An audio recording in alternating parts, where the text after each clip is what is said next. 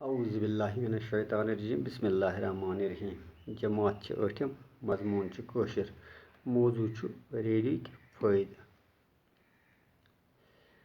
Radio सۭتۍ छ इंसान दुनियाके कुन तہِ कोने पेठ छ खबर बूझित मालूमात हासिल करान।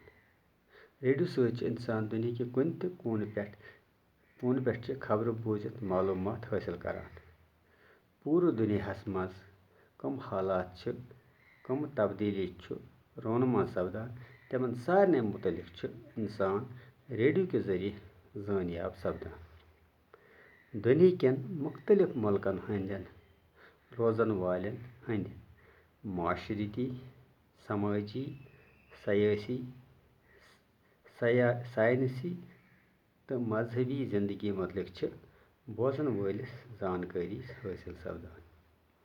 रेडियो पेठ नशर सपदन वाल प्रोग्राम छ बच्चन हंद खतर तो फायदेमंद आसान। बच्चन हंज तालीमी मुतलिक छ प्रोग्राम नशर गसान।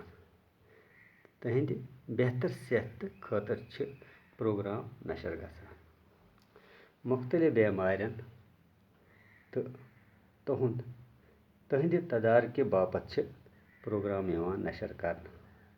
दिलस सुकून दिन बापत छ मुख्तलिफ किस्मच मौसीकी यवान नशर करना। गरज रेडियो बगैर छ जिंदगी अडलिच।